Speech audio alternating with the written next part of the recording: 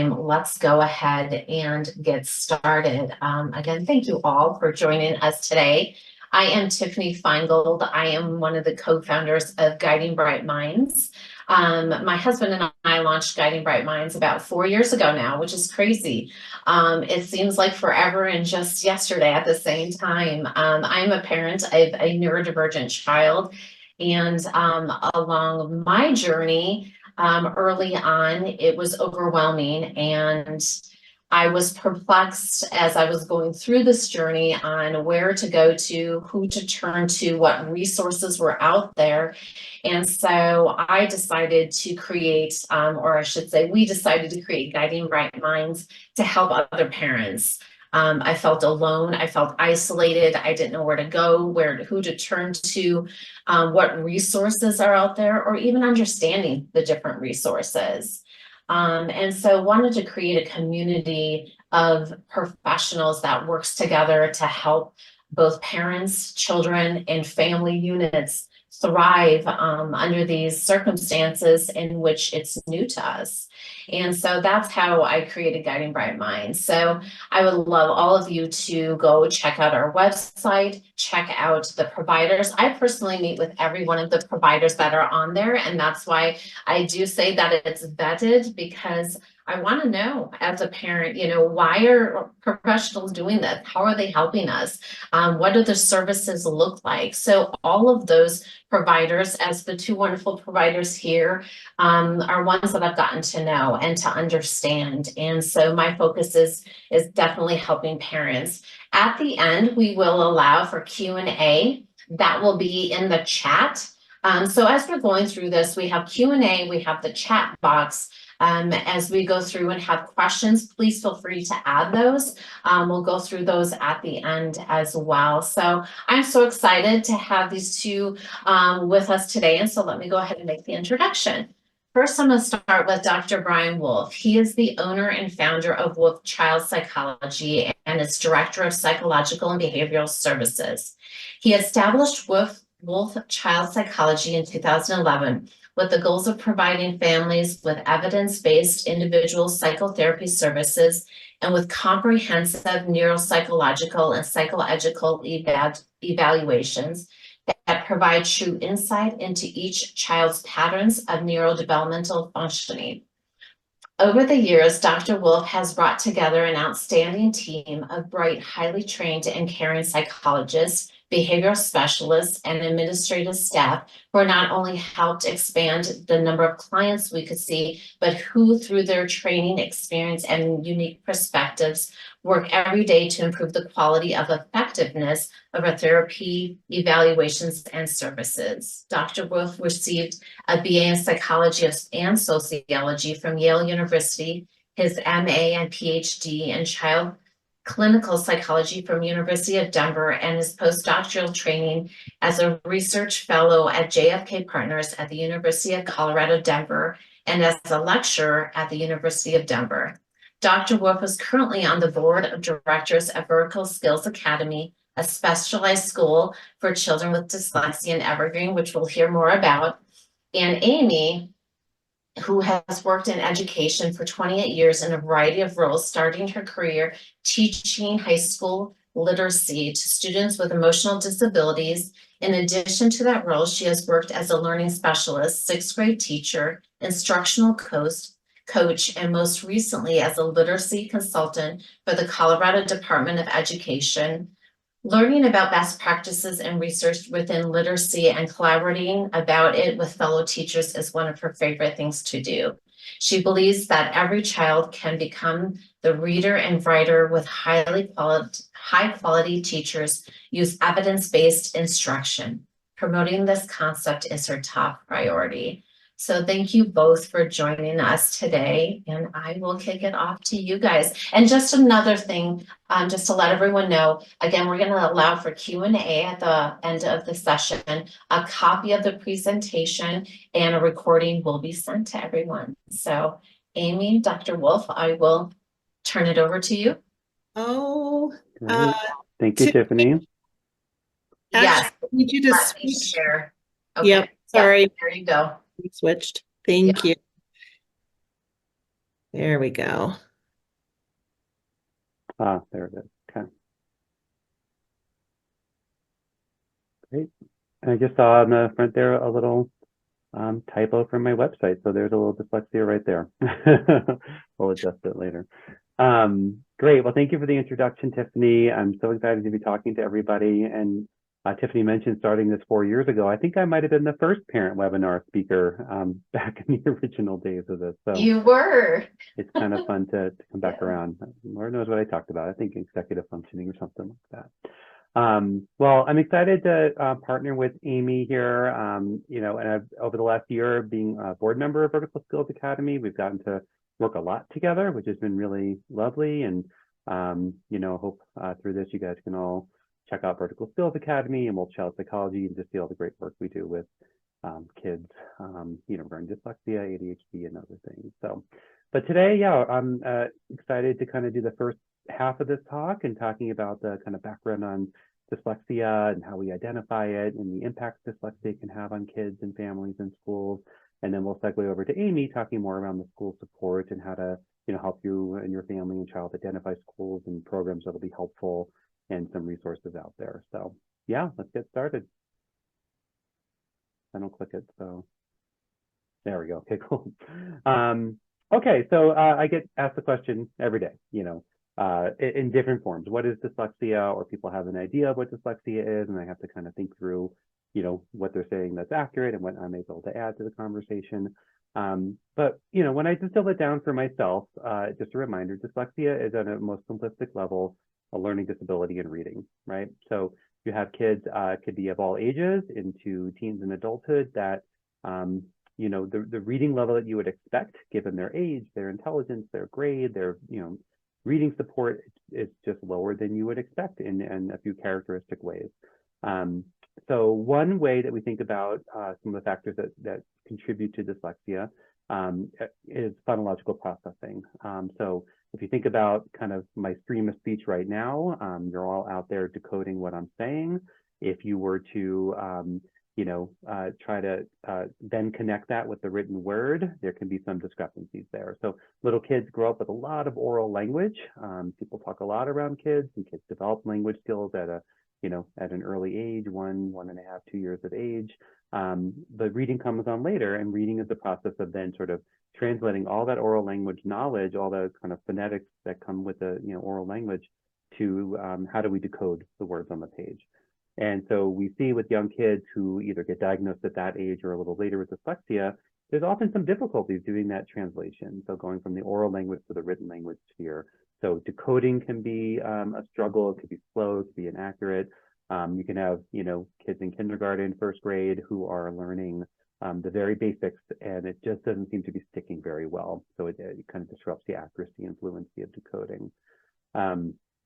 The kind of flip side of that is spelling and encoding, right? So we kind of learn, hey, we're going to hear, the word bus, so we're going to hear the word was, and we're going to have to somehow get that written on the page accurately. Some words are more phonetic, and so if you kind of go through, you might be able to spell it, but was could be a lot harder because it's not a regular format. So and so we see characteristic difficulties from a very young age with being able to engage in those kind of processes of both phonetic spelling, but also then knowing when to how to recognize sight words and recognize when the spelling is accurate.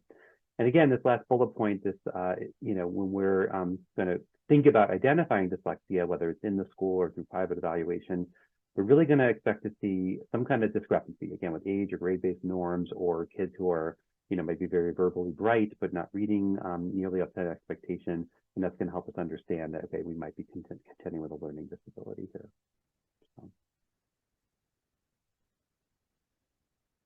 Great. So identifying dyslexia. So kind of first and foremost, it's like these unexpected difficulties with reading, right? You have kids that could be in a kindergarten program, and we know a lot of kindergarten programs are doing essentially evidence-based reading instruction and phonological processing work from that age, certainly into first grade and so forth. And our first pool of kids we're probably going to be most worried about are the kids that are in the lower reading groups. The kids are struggling to get the concepts down despite repeated instruction. And so that's kind of going to be like the earliest indicator. Now, that's going to miss some people. There are some kids who at the early age seem to be reading okay. Maybe they're verbally bright. Maybe they have access to a ton of books. They do a lot of practice at home. And we see later in life that they've compensated to get to their typical reading level at that age. So it's not, we can't only rely on the kids who are in the lowest reading group to say those are the only ones. There could be other ones as well, which will speak to the need for comprehensive testing, which we'll get to in a little bit. We can see a lot of different areas where weakness might occur. Now, it's important to know with dyslexia, it doesn't mean that kids with dyslexia have all of these weaknesses all the time, right? Just like any kind of thing you might experience where you have a weakness, maybe you're not great at math, or maybe you're not great at communicating your emotions or something like that. But when you are, well rested and you're cued and you're given kind of like the right supportive format, you might do pretty well in areas that you have some weaknesses in. The true thing is, what we want to see is like across time and across areas, are we seeing sort of characteristic weaknesses in certain areas and not, because sometimes parents will come in and they'll say, yeah, we read with them this morning and I'm doubting why we came in for an evaluation at all. They were smooth, they were fluent. It could be that sometimes when things are all going well, things seem pretty good, but are we consistent? Are we having any automaticity issues? So when we think about dyslexia, we're thinking there could be weaknesses in phonological awareness. Again, the very sound properties of words. There could be difficulties in the accuracy and speed of sight word identification and reading. There could be, all kinds of spelling errors. You could have kids who are very phonetic in their spelling, which, in some ways is kind of cool. But when they put it down the page, it looks nothing like the word is actually spelled because of the irregularities in, say, the English language or other languages. And they're not picking up on those irregularities and getting those consistently. There, again, this characteristic discrepancy between letter and sound correspondences from an early age. If I see a little lowercase b, is it automatically associated with a b sound? Or is there some room for confusion in my head because it's not automatically connected? So maybe I think it could be duh or puh, it kind of looks like those letters too, and that kind of confusion will come out with reading. And when we put any kind of timer on it, we're going to definitely see it's not automatic for them. Then we get to kind of like the sort of how we identify, right? So yes, there are these kind of characteristic weaknesses in areas and unexpected, problems in reading, but then we have a lot of mechanisms to try to figure out this stuff. So first there's like in school, IEP, special education kind of testing. Or there's like what we do at Wolff Child Psychology and other practices do, the more private psychoeducational kind of evaluation. And I wanted to take a minute to kind of differentiate the two a little bit, because this is, again, a very common topic of conversation I have with parents. First, the school districts are, I was going to say for better or for worse, but I'll just say for worse, don't tend to use the word dyslexia. In some districts and some schools, it's almost sort of like a written policy. It's a very strange thing. In other cases, you do see it more, and there actually is some IEP language where the word dyslexia is in there. So it's just a funny historical thing that has occurred. But what schools do, I would say, do well or should do well is be able to kind of like pick up on, from those early ages, like, yeah, this is a kid who's, seems bright, is orally articulate and so forth, but it's just struggling with reading. So let's kind of get them, in the district, identify through either kind of the READ Act or through some IEP testing and so forth, and identify is there quantitative evidence that the child's reading is significantly behind their peers, right? And if it is, the school districts have the ability to intervene, right? They have different levels of support, tiers of support, and so forth. So there's that. Then, there's the calls we get that, the parents know something's off. Like, they're reading with their kid every single night, and even like memorized books are still coming out kind of funky with how they're reading things. Or they read, the word elephant on one page, and then the next page it's epaulement, or it's just off, and like those consistencies aren't happening at home. But at school, they're getting the messaging like they're fine enough, they're not as bad as we might see if we're going to do kind of intervention. And so parents will often say, can we do private testing? Maybe that will help us better understand. Maybe they're not sort of consistently sort of low enough for the district to get, kind of their hackles raised about it, but we are really concerned and we want somebody to do independent testing. So they may come to a practice like mine where we're going to do a large range of kinds of tests, reading, spelling, and then, the other thing that a private evaluation will tend to do more than a public school testing scenario is look at many other factors of a child's development, which is actually quite critical in trying to understand if a child has a learning disability. So for example, there are, co-occurring things that can happen. Some kids have attention weaknesses or difficulties. They might have ADHD. Some kids have executive functioning weaknesses. Some kids have really intense anxiety that maybe doesn't show up visibly in the school, but when reported at home and when showing up behaviorally at home, we know it's there. So from a psychologist point of view, we want to look at all of those factors and not just do some reading tests and hope that we see a problem. Because again, like the kids that might be compensating really well, they might perform okay enough on reading tests, but when we do IQ and cognitive tests and attention executive functioning and take a fuller history and test reading in more nuance in multiple ways, then we may be able to, we'll be more likely to see the issue and be able to document it at younger ages. So that kind of is like the segue to that fourth part there, like the need to assess cognitive learning and attentional executive functioning. And then also some kids are yet more complex. They may come in and we're concerned around, autism spectrum. We're concerned around, mood lability and disruptive mood kinds of disorders. So there could be a lot of ways that a psychoeducational or private evaluation can look at the kind of more holistic picture.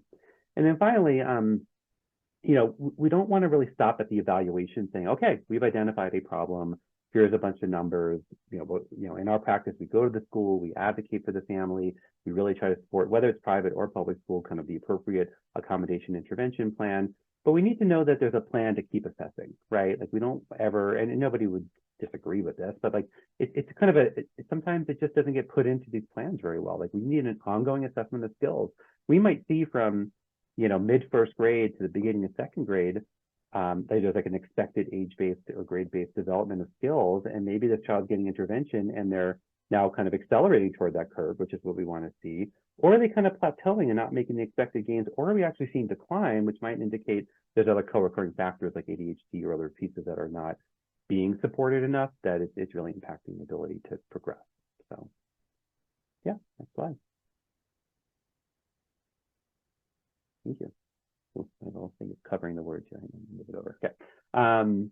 So impacts of dyslexia. I mean, I like to start with when a child's dyslexia is identified, treated, validated, understood, like kids are great, and not all the time, there could be co-occurring things, but, I'm not here to say like, all these terrible things happen when you have dyslexia. Like if it's understood and the child kind of understands the condition themselves and how it impacts a certain aspect of their lives, might be not others, and we talk about all their strengths, like dyslexia can be an absolute strength, right? There are plenty of kids who have strong visual spatial skills, have strong, cognitive abilities in language and go on to do a lot of different things. Since school is so reading heavy and life in many ways is so reading heavy, we can't just sort of let them fall by the wayside and say, well, they'll just kind of capitalize on their strengths and, reading will just, reading is fundamental sort of everything we do in school. And so it's got to be understood early or as early as possible, treated, validated, understood. But, when dyslexia is not diagnosed, or we wait too long, or it's understood, let's say it's identified at the school, but they're getting once a week of 30-minute support in small group or something, it's just not given the right dosage of support, or it's just misunderstood by adults. I just went to a conference this weekend called Reading in the City, and there were some great speakers there, and they talked about, there's some like examples that these providers have been doing this work for 30, 40 years in the field, like things that teachers have written on students' papers and notes, just like, hey, just if you just spelled better, this would be a much better essay, or kind of these really, demeaning statements to kids with dyslexia. It's like, well, great, yeah, I would love to have just spelled better. That would have been awesome, but it doesn't come naturally to me. And saying check your work is not going to really solve the problem, right? And so that kind of like invalidation, that misunderstanding, you get a lot of kids who start to be like, I'm not a student, school's not for me, I'm not as smart as like my friends over here. And we know that all of that, is not true. There could be many areas of strength and many ways in which school could be a better fit for them. But they're probably right in a way that up to now, it's not been a great fit. So yeah. And then, we really want to think about the co-occurring conditions. I mean, it's very rare that we get a kid come in and dyslexia is the very only thing that is going on for that child. It may be the only diagnosis, although there's a much higher chance if you have dyslexia that you also have like ADHD or dysgraphia and so forth. But there's often sort of some co-occurring things going on, whether it's in the anxiety, self-esteem realm, whether it's a bit around attention, executive functioning, whether it's, kind of starting signs of depression that can come on when kids start to feel really different and so forth. We need to identify, treat, and understand those too, because kind of teaching reading skills in a vacuum and then trying to like hope that everything goes well is not getting the whole child. And again, it's pretty rare that that's the only exclusive issue going on. So yeah, I think that's our segue to Amy here. Did you want to talk about intervention versus accommodations? Oh, I thought there was something missing. I can't see the bottom of the slide. That's what I'm like, I know there's something. Yep, one more. There's one more. Okay, it doesn't show up on my screen. I'm like, this feels short. I know I'm missing a bullet point here. Yes, interventions and accommodations. So yeah, so we always want to, we want to think about both. They're two sides of the same coin when we're trying to support a kid with anything going on, right?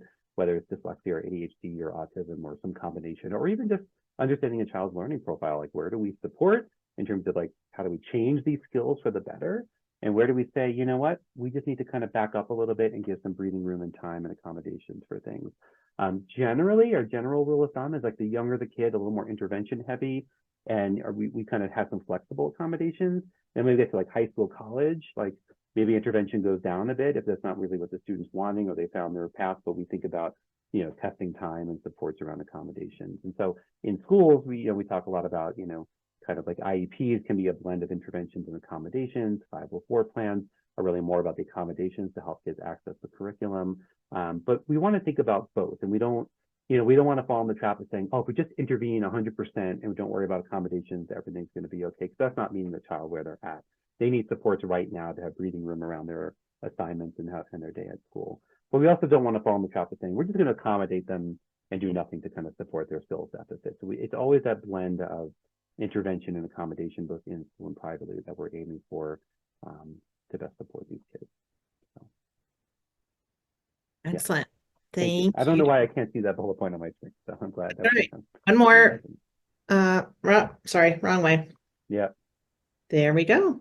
All right. So I'm going to take over and talk about what the school support of this can look like. When we're thinking about school support, students with dyslexia could have either a 504 or an IEP, like Dr. Wolff was talking about.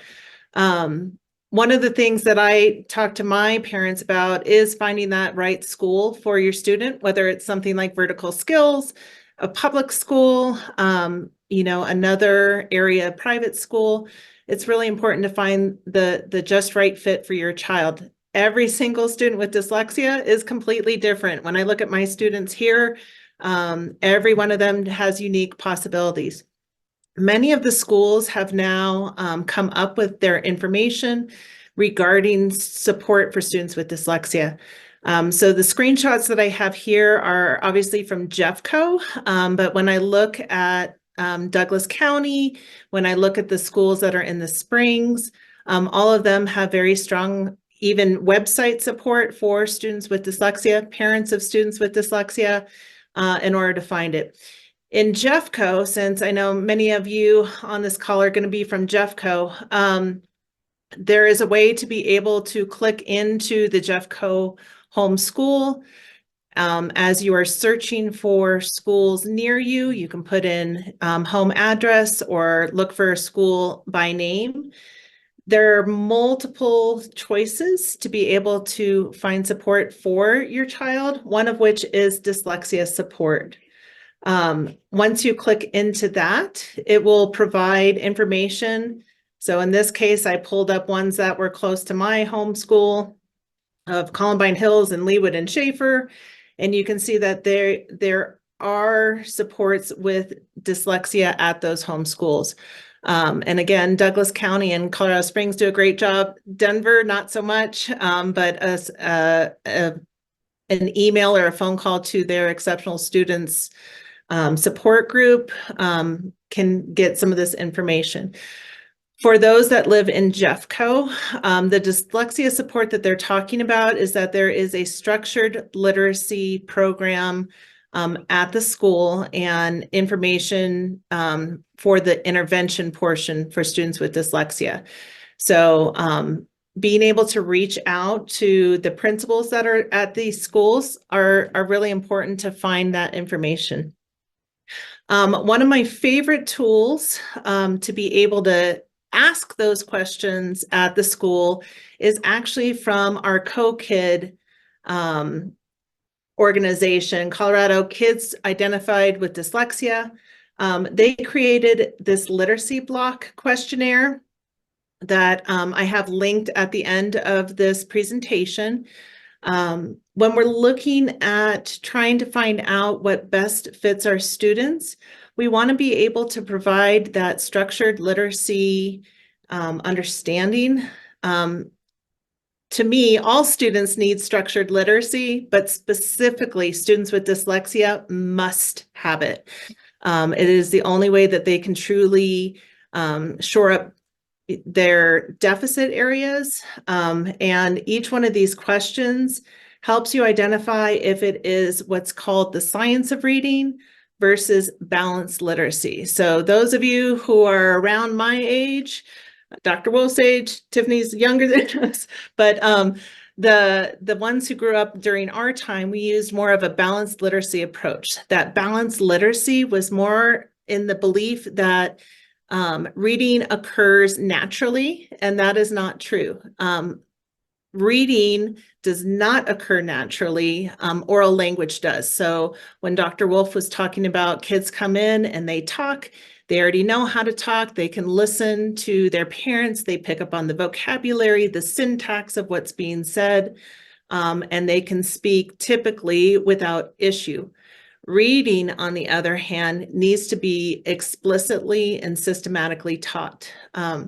So oftentimes when I'm interviewing parents who are coming into our program, or I worked in Jeffco for 24 years, oftentimes what I was looking for as an instructional coach or a special educator or as an administrator now was, is it dyslexia or is it dyslexia? And what I mean by that is, was it a matter of the student not receiving explicit instruction, systematic instruction on how the components of reading?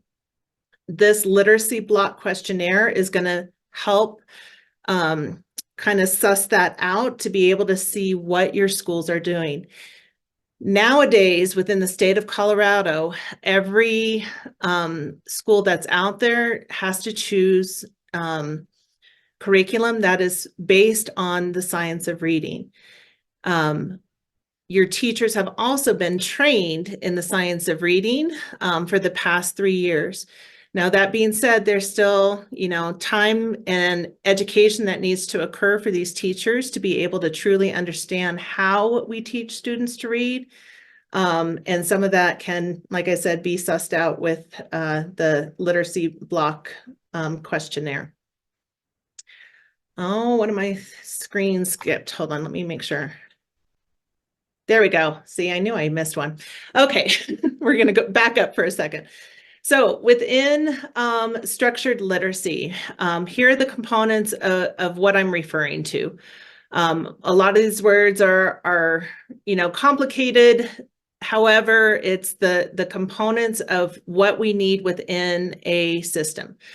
So when we are thinking about morphology is the meaningful parts of words. We need to work on syllables, that sound symbol correspondence, meaning what I hear and the letters that make up those sounds.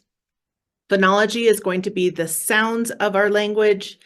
Semantics and syntax are talking about the meaningful, how words are used within meaning. And then syntax is going to be more of that grammatical piece. When we are looking at schools, all of these components should be incorporated into your child's learning, even at that pre-K and kindergarten level. Oftentimes I've had teachers say, they're not developmentally ready for that yet. And what I would say is, even at our youngest levels, they are able to play with words, play with sounds, and have that understanding build over time. Within the school system, we need to have that systematic and cumulative, meaning that we are purposeful in how we are teaching those sound symbols, all the components that are in the evidence-based portion. This is the biggest part here. For particularly students with dyslexia, it needs to be explicit. So if teachers can answer the question, why do I use AI versus AY in a word, right? Where's the position of that sound. Where's the position within the spelling? Our students need that explicitness. Because otherwise they do what Dr. Wolff is saying. They'll sound it out. They'll put those sounds down in random places, but not really understand the why behind what that looks like. This is where I lovingly joke, because to me, it's not about attacking teachers. It's about educating teachers about the why behind it. And then having that diagnostic portion of things. Do we have enough evaluation of what our students are struggling with to identify that area of need? And that's when Dr. Wolff and his team especially come into play, particularly for me when I have students that are significantly low. We need to find that very specific area where the child is and how we're going to then build up with our systematic and cumulative instruction.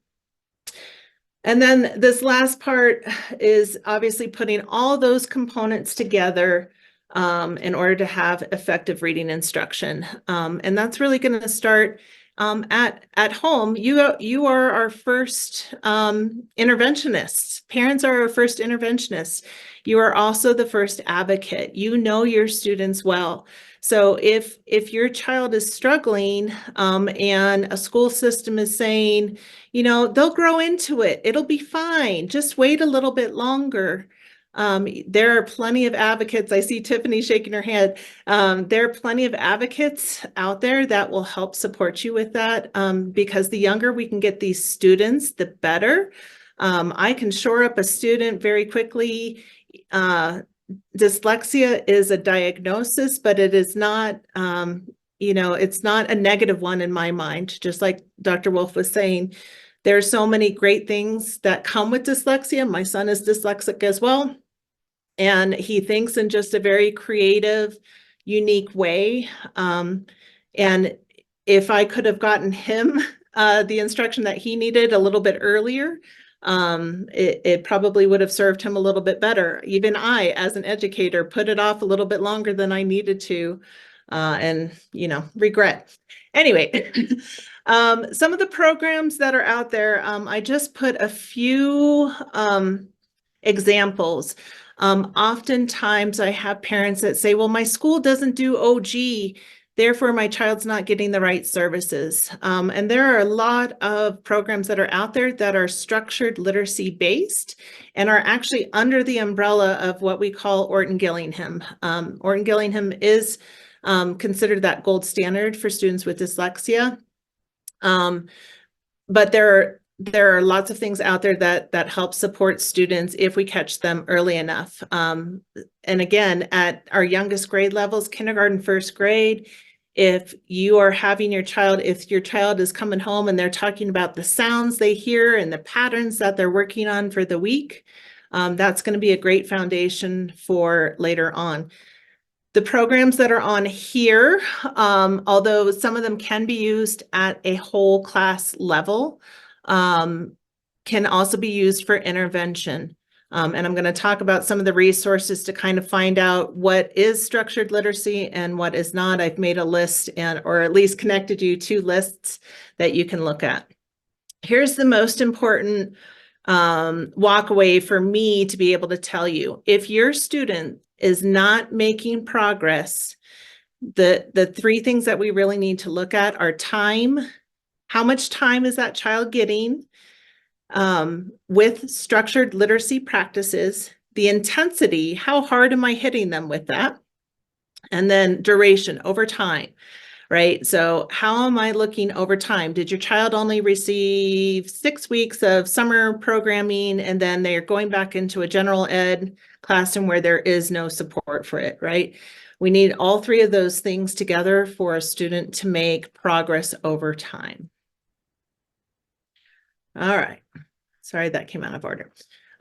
Each one of these is linked at the end, and I have the websites. I'm going to, hopefully this will work because I think I logged each one of these in. Colorado Kid is a great website to be able to support you and being able to have everything all in one place.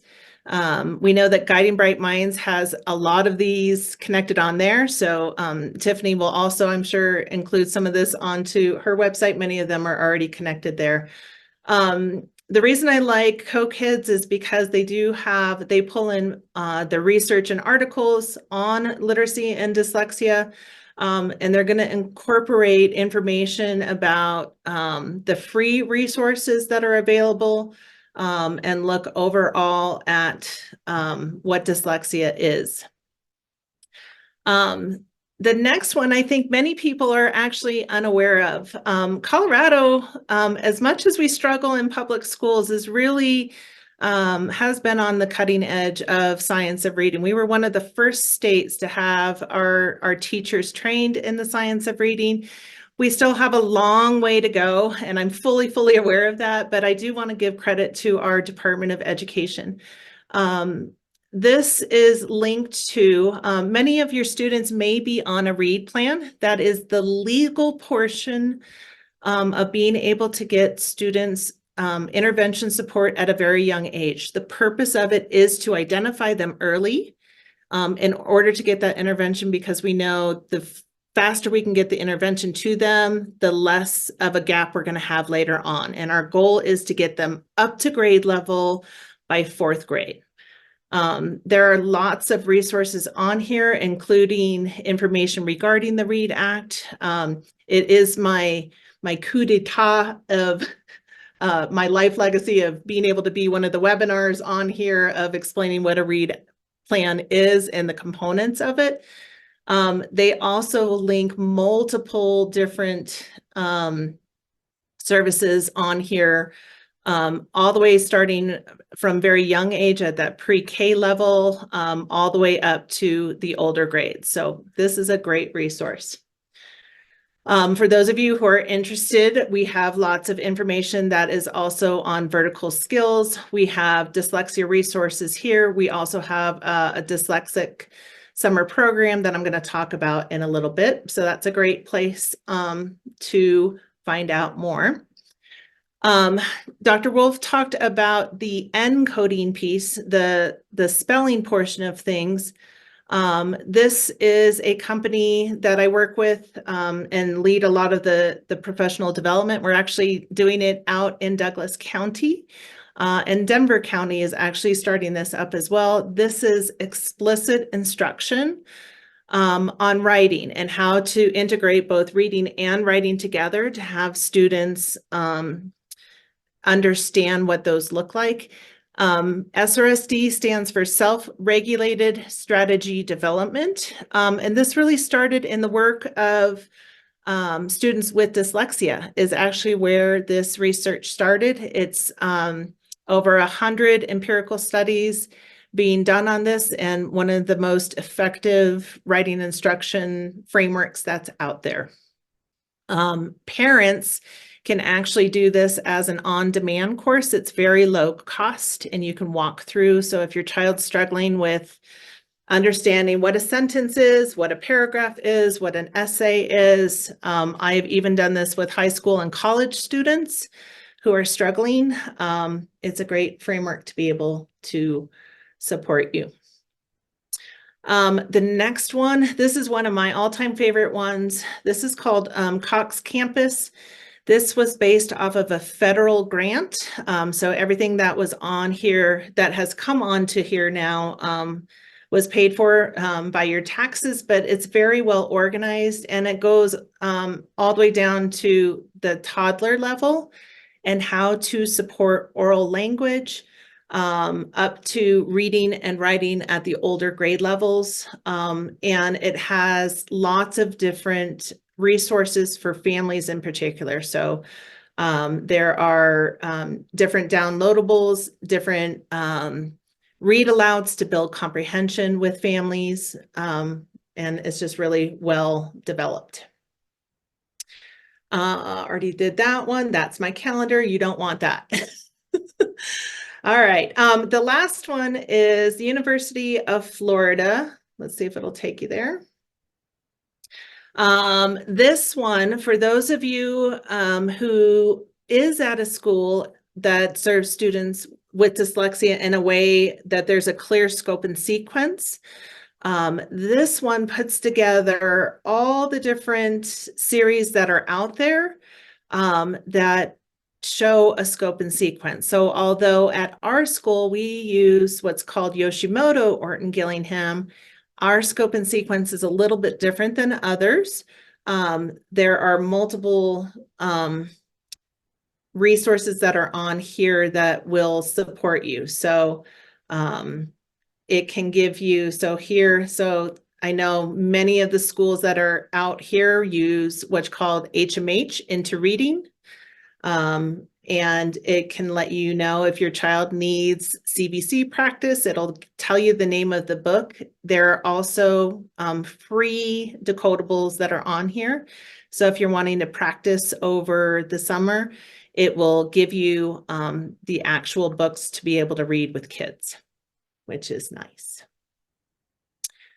All right, I think I hit all the resources. Oops, sorry. Let's go back one more. And just a shameless plug for us, but this is a great resource. We run a 5-week camp for students with dyslexia, for students that are rising first graders, so going into first grade into the fall up to 8th grade. We actually have 3 campuses that we're going to be working at. We are going to be in Denver at St. Elizabeth School. We'll be at Lakewood at Wellspring Academy, which is off of 10th and Wadsworth. We also have a Vail location this year. This is the inaugural year for Vail. So if you're in the Summit County area, that'll be a great resource. And it's going to provide that systematic, intensive instruction using Orton Gillingham, and then also incorporating STEAM and rehearsal hall in that time. All right, so we're going to leave some time for questions and see if we can have you all kind of direct some struggles or frustrations or wonderings that you may have that we might be able to support you with. Awesome. Well, thank you so much amazing tools, resources, information. So thank you, Amy and Dr. Wolff. There are a couple of questions that have come in. So let me read the first one. I'm curious why dyslexia seems to be a dirty word in public schools, especially due to the fact that 1 in 5 kids is likely to have it. Correct me if I'm wrong on the statistics. That is correct, Debbie. And can you explain why this is? Well, Amy, do you have a solid answer to this one, or should I take a stab at it?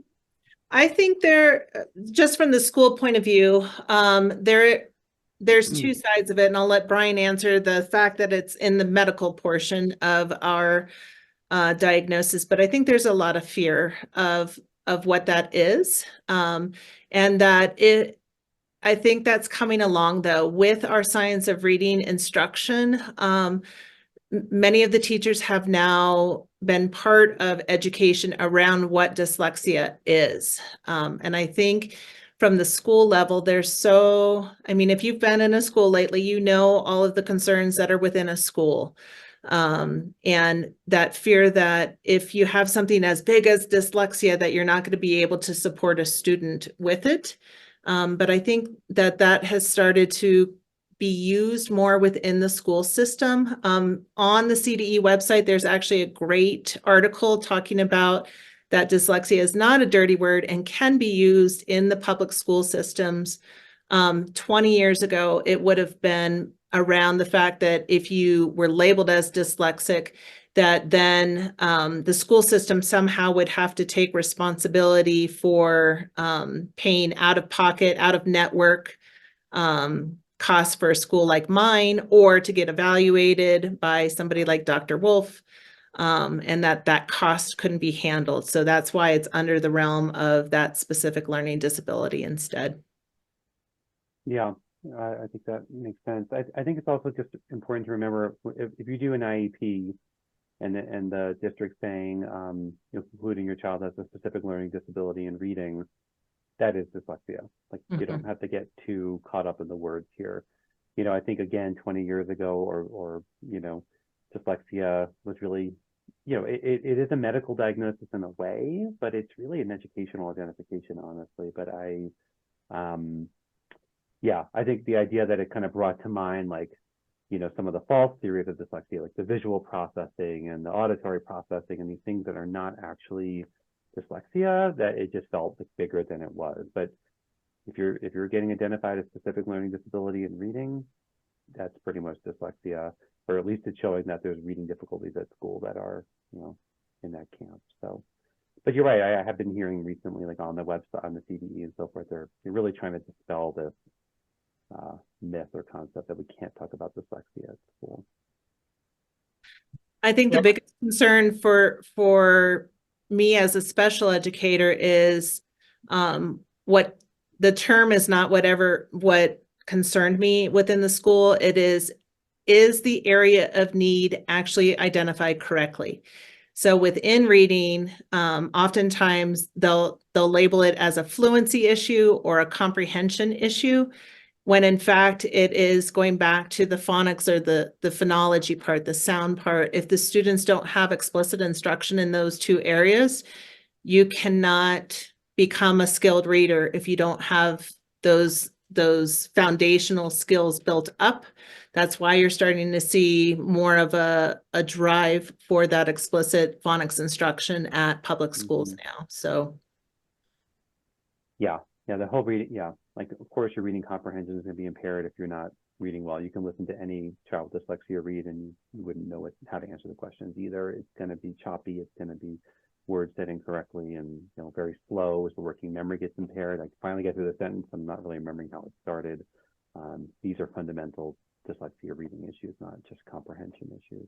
Right. Yeah. Thank you. We have another question. How do services work in high school? Daughter has PDD-NOS, ADHD, dyslexia, and is struggling. She receives no one-on-one reading or resources to help her dyslexia. So any advice or guidance on resources that can help? Brian, you want to start with this one? Sure. Yeah, this kind of speaks to, I made a brief comment during my talk about, as you get older, people tend to weigh more accommodations versus interventions. And that's just a kind of I'm not saying that's necessarily a good thing, but it's definitely the way that the schools kind of see it, right? Like, okay, if we're in high school, your reading's kind of where it's at. We want to make sure you're accessing the curriculum and accessing all the courses that, that are geared for your child in terms of their intelligence and proclivities and passions, and not get so worried about taking more time to continue to learn to read at that point. And so they say, hey, let's have extra time on tests. Let's be able to, take notes in special ways, or use, kind of text-to-speech or speech-to-text programs. And I think there's a lot to be said for that. In some ways we want all of those tools at, the disposal of a child or a teen with dyslexia. Could there be more room for growth in terms of like reading fluency and so forth? Probably.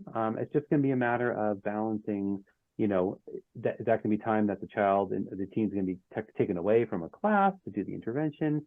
Is it worth it when they can have accommodation? So I think it's all worthwhile conversations with an IEP or a 504 team. So I don't know, it's not a great answer, but it's kind of, I think, how schools see it for sure. I would agree with that. I think it comes down to, I would agree with Brian that there's a lot of, by the time they get to high school, special educators typically have a caseload of anywhere from 40 to 60 students that they're working with, and it's more of a side-by-side versus explicit instruction. So very rarely are you going to find that explicit instruction within reading. So unfortunately, it's going to come down to if you have it sounds like from the person who asked the question is that there is an IEP in place. If the need is identified on the IEP that they need explicit instruction, then they need to be able to find a way to serve that student.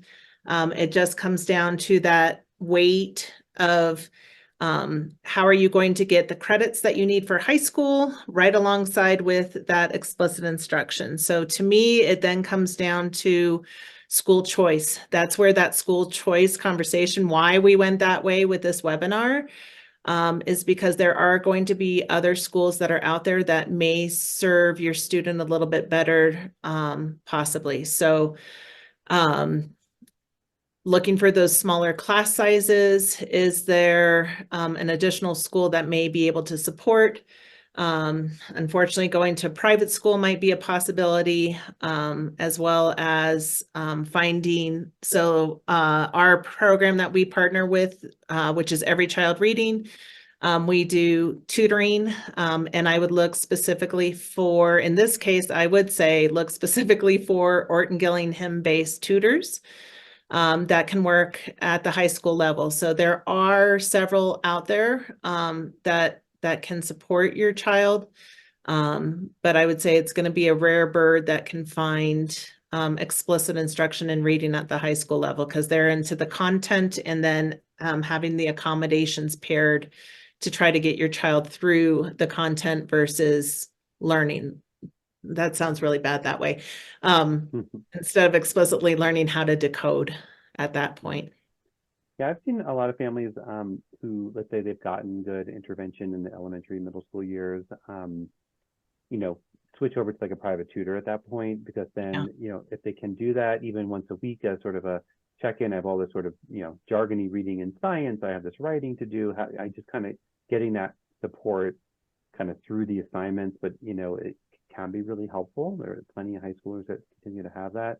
But yeah, I think, and yeah, like Amy said though, like IEPs are individualized. If it's determined by you and the team that explicit ongoing decoding reading intervention is needed in 9th, 10th, 11th grade, then the district has to find a way to support that. So it's just, again, it's a balance of coursework and everything else, and social and the students' desires at that point. They're not 7 anymore. They might have a lot of opinions about, you know, at 15, 16, whether they want to keep learning to read or whether they're okay with maybe taking some accommodations and doing some other things on the side. So there's that part as well.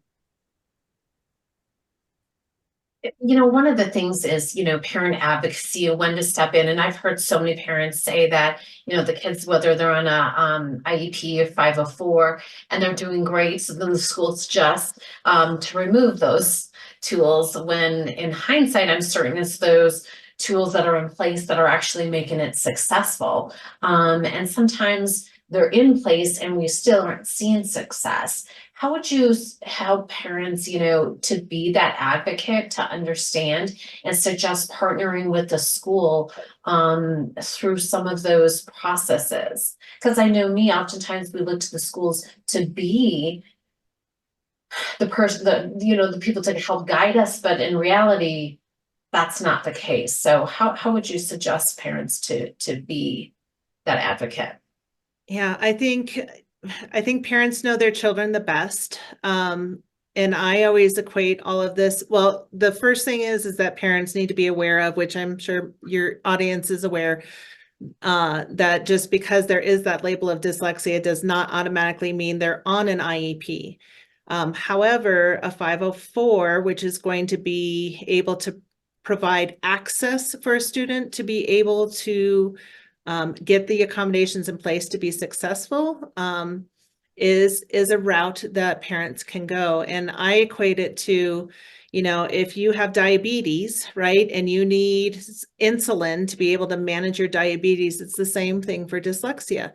So in order for me to be successful with my life, if I need to have text to speech or speech to text to be able to access my world, that is something that parents need to be able to advocate for. And I think, again, it's that balance between being that, in my case, that strong mama bear, of making sure that my child's needs are getting met, but also coming in with that lens of empathy for the school system, that there's so much that's going on in a classroom. You know, my typical classroom was 28 to 32 kids, right? And coming in with that lens of, let's partner together. This is a collaboration, and there are lots of people out there that will advocate with you if you're coming up against a school system that's not being supportive. But it's that triad, right? Yeah. Being successful. Yes. Well, I don't see any other questions coming in, and as mentioned, we are going to be sending a list of resources for you all that has, you know, the tutors, Orton Gillingham trained tutors, options for the different resources available on Guiding Bright Minds, educational advocates, if there are problems, if you're not getting the IEP 504, if it's not working, all of those to help guide and direct, who have worked with the schools, who built those relationships, that can advocate on your behalf and your child's of what is needed through those processes. So lots of tools, lots of resources to understand. This was so informational and a lot of good resources. So thank you both. I do want to just reiterate, a copy of this will be sent out. A couple little upcoming events. We do have another free parent webinar that'll be sending out that talks about shame-free parenting. It's with Craig Nippenberg, focused on, you know, how to support us as parents also through all of these processes and all of these areas. So watch for that. And then also the summer Guiding Bright Mind is holding its second annual neurodiversity resource fair. And it's all encompassing. And as Dr. Wolff mentioned, just because our child may have one diagnosis, they might be struggling in some other areas. So resources that can help all rounded. And one thing that I'm a huge proponent for as a parent is parent coaching, parent education, parent training, and really parent collaboration with each other. So there'll be a lot more resources on that. But again, thank you all so much for joining us today. And thank you again, Amy and Dr. Wolff, for this educational webinar on dyslexia. So appreciate everyone's time. Thank you, Tiffany, for inviting us. It's great. Yes. Thanks, everyone. Have an awesome day. Bye.